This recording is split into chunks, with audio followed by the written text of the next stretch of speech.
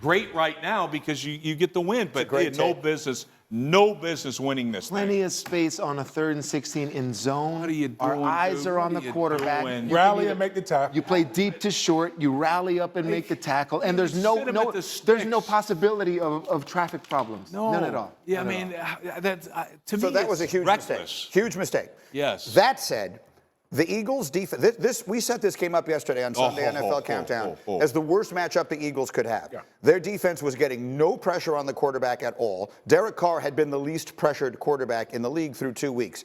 So that Eagles defense was what was tested yesterday, and they came up huge. You've got tape. That Eagles defense played a great game Are you yesterday. saying?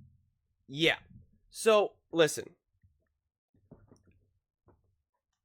If you're a Saints fan, you're probably thinking we should have steamrolled the Eagles, right? Yeah, oh my God, we've been rocking these teams, and now we should have been able to rock the Eagles. Now, the Saints absolutely could have won that game, no question about it.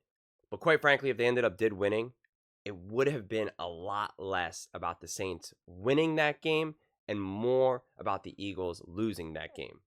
Nick Sirianni making terrible decisions to go for it on 4th down, not kick field goals. This is obviously a low-scoring game. He's giving the Saints gifts. Jalen Hurts, multiple turnovers. Really the one was just not forced. It wasn't just great defense by the Saints. It was good physical defense. They deserve some credit, but it was more about the Eagles more than anything.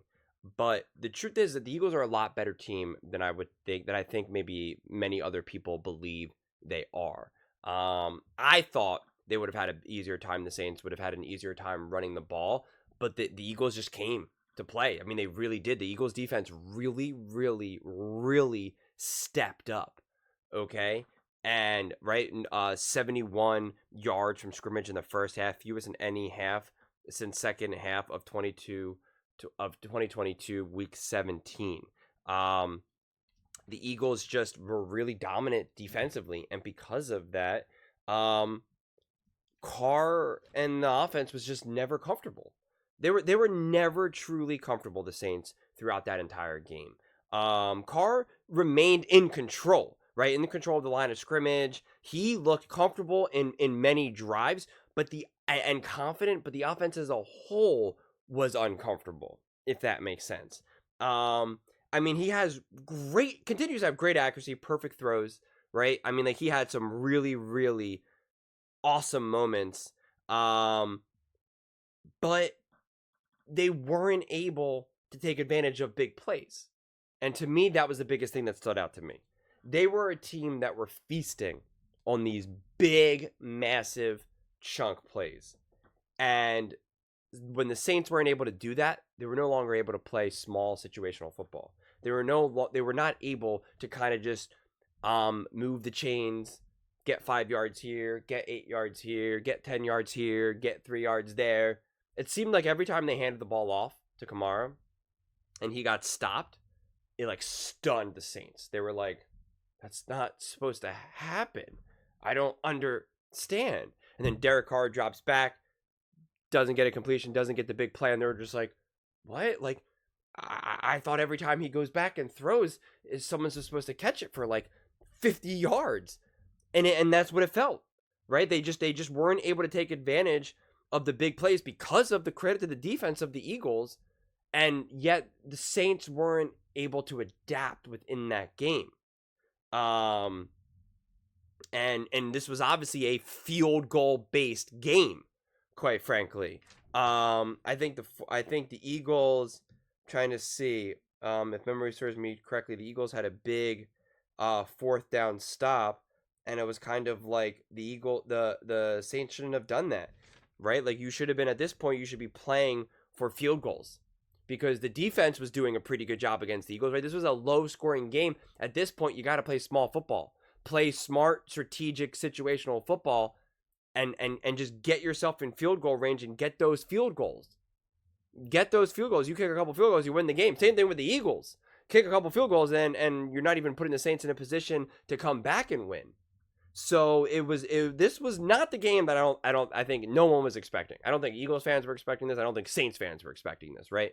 They were expecting at least a higher scoring game, and I'm sure Saints fans were thinking they're about to be 3-0.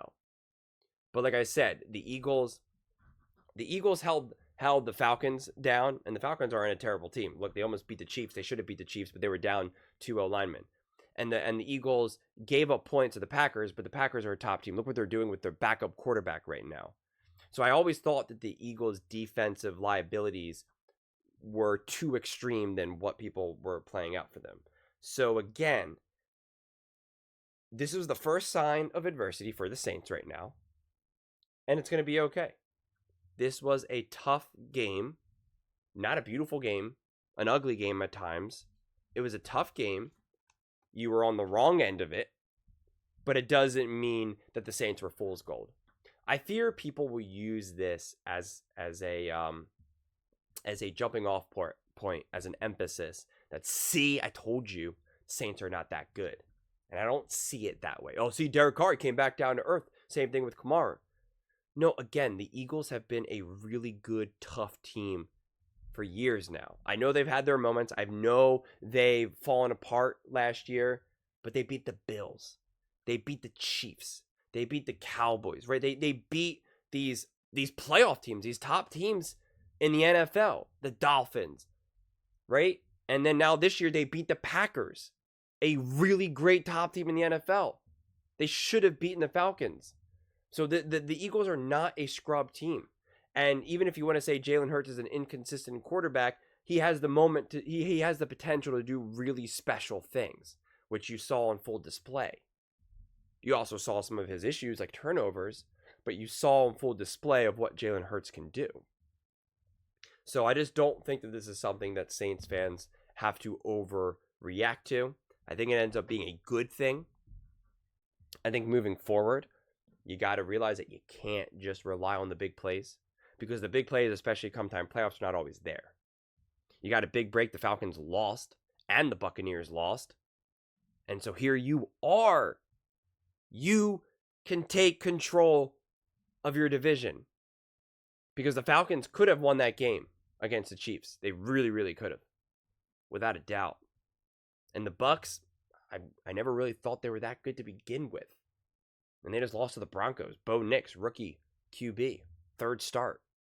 And they beat the Commanders. And they beat the Lions, who were definitely not right that game.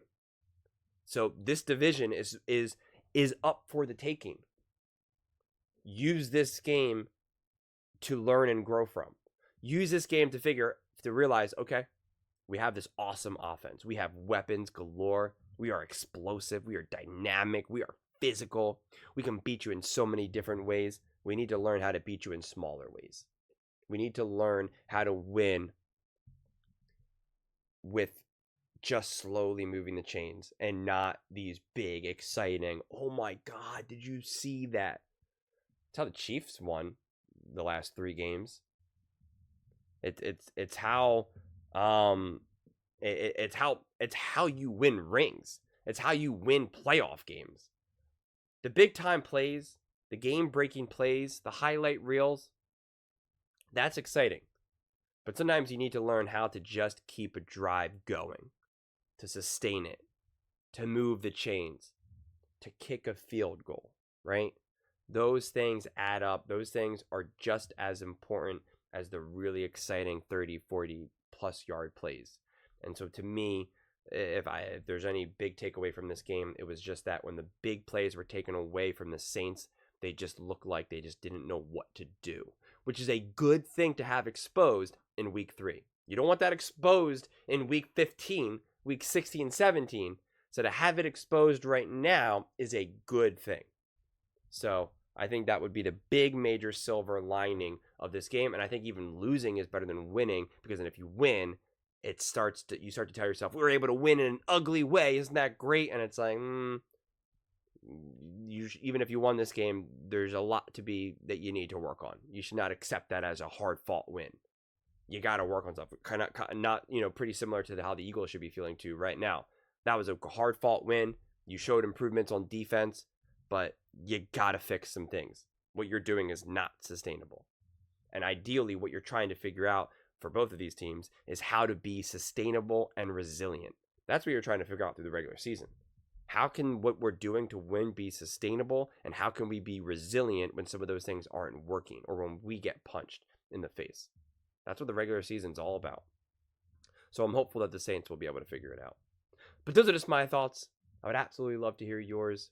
What do you guys all think? What stood out to you guys for the most about the Saints losing to the Eagles?